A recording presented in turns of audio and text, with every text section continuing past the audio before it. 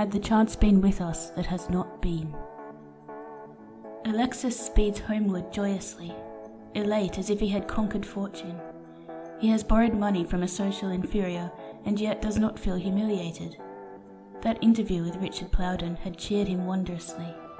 The patient, gentle soul, working at monotonous task work in a gloomy back parlour, with no outlook save blank wall and cistern, working uncomplainingly, nay even cheerfully, has read him a lesson. There must be work for a strong, healthy fellow like himself, when a cripple in a back room can earn his living. Alexis begins to think he has tried life at the wrong end, that in striving for some shabby genteel, reduced gentleman's occupation, he has overlooked those lowlier and less sophisticated avocations which offer themselves to every honest man. He'll emigrate as soon as the little woman is strong enough for a sea voyage, he tells himself, and I'll turn shepherd on the Australian downs. Sybil receives him with an eager look, full of questioning. She is sitting on the hearthrug as he comes into the room, in her favourite attitude, looking into the fire, her ruffled hair golden in the ruddy light, her eyes heavy with thought or care. His elated aspect tells her that he has been successful. She rises and runs to him, trembling with anxiety. "Have you got the money?" "Yes, Sybil. Of all my friends, the one who could least afford to lose it was the only one to lend it. Here it is, little one. You must make it go a long way, for it has cost me sore humiliation." "It was lent grudgingly, then?" "No, but it was refused heartlessly by the wrong person before I hit upon the right one. Make the most of it, my love, now you've got it." His wife takes the little parcel of money from his hand slowly, looking downward and without a word. "You are pleased, little woman?" "It was very good of you to try so hard," she answers in a low voice. She begins to busy herself about her husband's dinner without another word. This evening she gives him half a pound of rump steak, an unwonted feast, at which his soul rejoices. "I am faring sumptuously today," he says, as she sits opposite to him, pouring out the tea with a listless, absent air, which he takes for physical languor. "I have had a superb luncheon already." All that evening Sybil is unwontedly silent, and Alexis, not caring to describe his interview with Mrs. Gorsuch, had not much to tell her after he has related Richard Plowden's generosity. He has recourse to the tattered leaves of Don Juan, and sits sniggering over his favourite passages, and feeling as if he and the poet were both outside the human race generally, and could afford to ridicule and despise it. He sallies forth early next morning, despite the snow, which now clothes the land as a garment, and goes straight to Brompton to have another cheery talk with Dick Plowden, and to inquire whether that back-parlour philosopher has hit upon any method by which he, Alexis, may earn his daily bread. Richard is hopeful.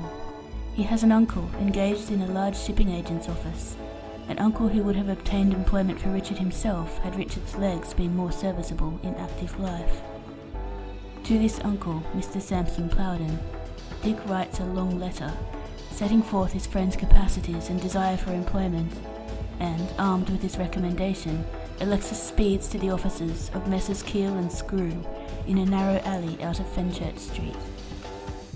He sees Sampson Plowden, an active little elderly man, who asks if he can write a good hand and if he is quick at accounts.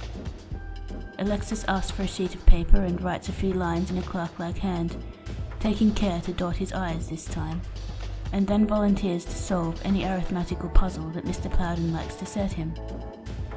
"Well, I'll take your word and Dick's as to the bookkeeping," replies Mr. Plowden. "We employ a good many clerks, and sometimes have to send one to Australia, which makes a vacancy. The next time this occurs, you shall hear of it. The junior clerks are in my department, and it's in my province to engage or dismiss them. I'll bear you in mind, Mr. Stanmore." "If you could send me to Australia," hazards Alexis, glowing with hope, "it would suit me admirably." Well, that would be a matter involving much consideration.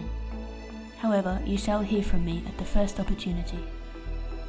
This is not much, but it is something, for Mr. Plowden looks like a man who means what he says, and Dick has given him a high character for integrity and kindness of heart. Alexis plods homewards, cheered and sustained by sorrow's pole star, hope. He lets himself in at number 11 Dixon Street, the door being on the latch, and goes upstairs, prepared to find Sybil in a brighter frame of mind than usual, busy at her needlework most likely, the lamp burning, the hearth swept, the evening meal set out with neatness which lends its charm even to poverty. The room looks curiously blank and dreary as he enters it. The fire has gone out, cheerless sight with that white world outside and the thermometer below freezing point. There is no tea tray, no white cloth on the table, no lamp burning.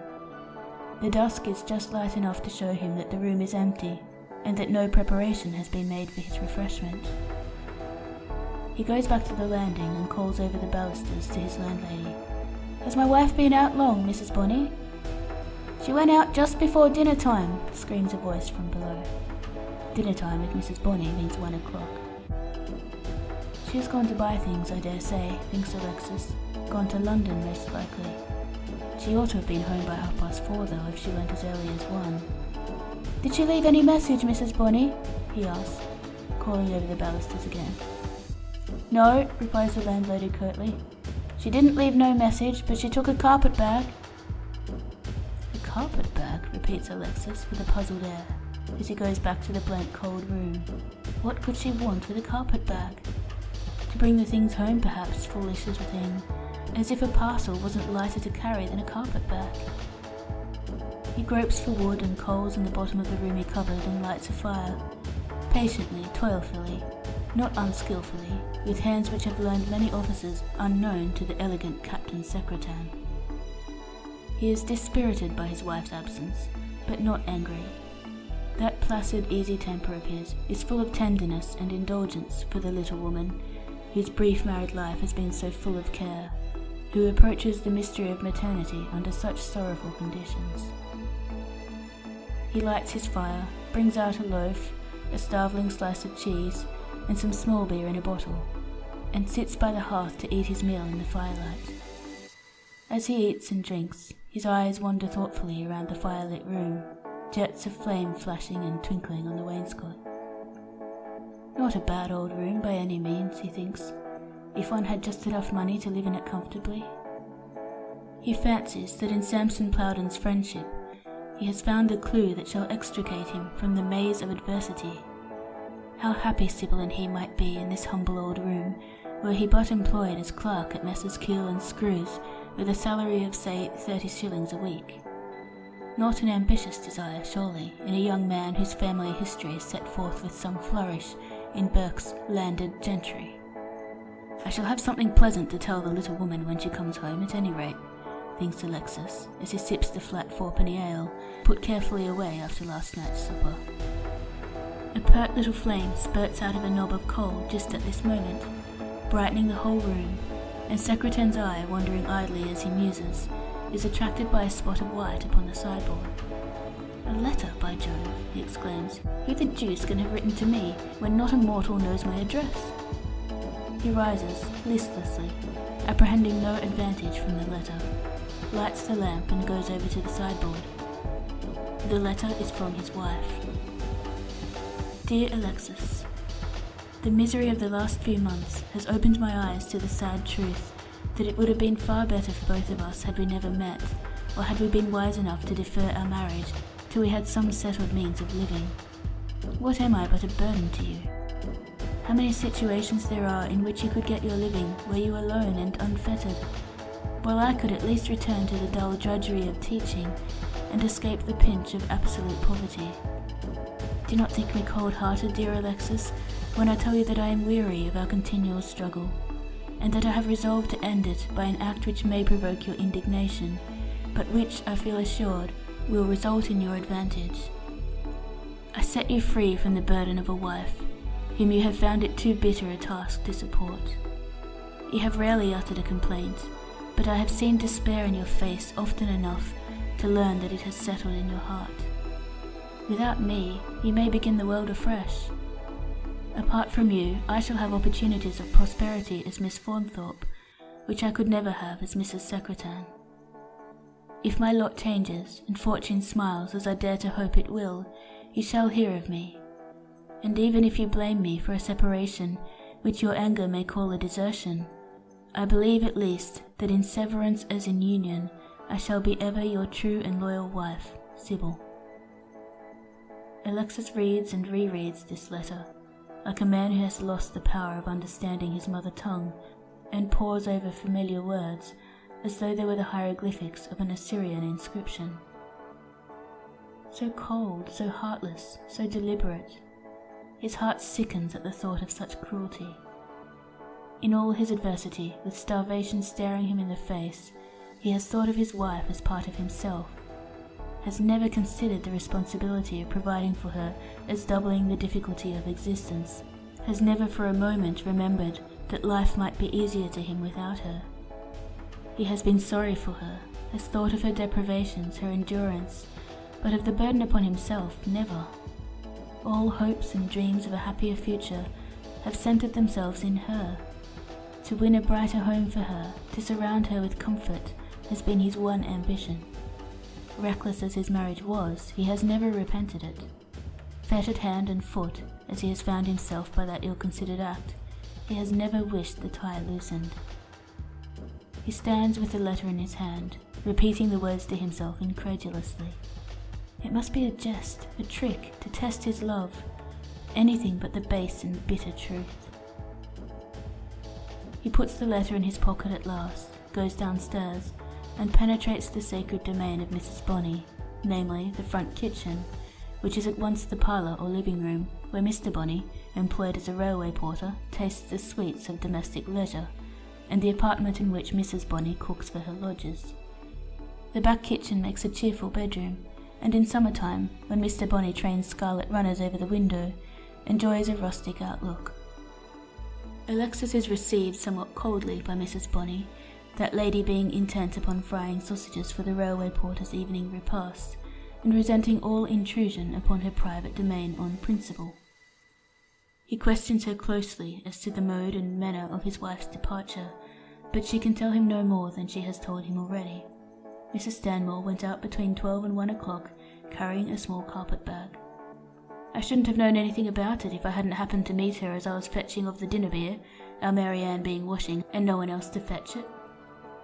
Did she say nothing to you? Not a word, she just gives me a nod in her offhand way and walks on. That is all.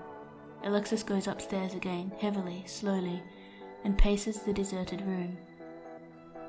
By and by he pauses before a rickety old chest of drawers with brass handles and locks, opens a drawer and finds it empty.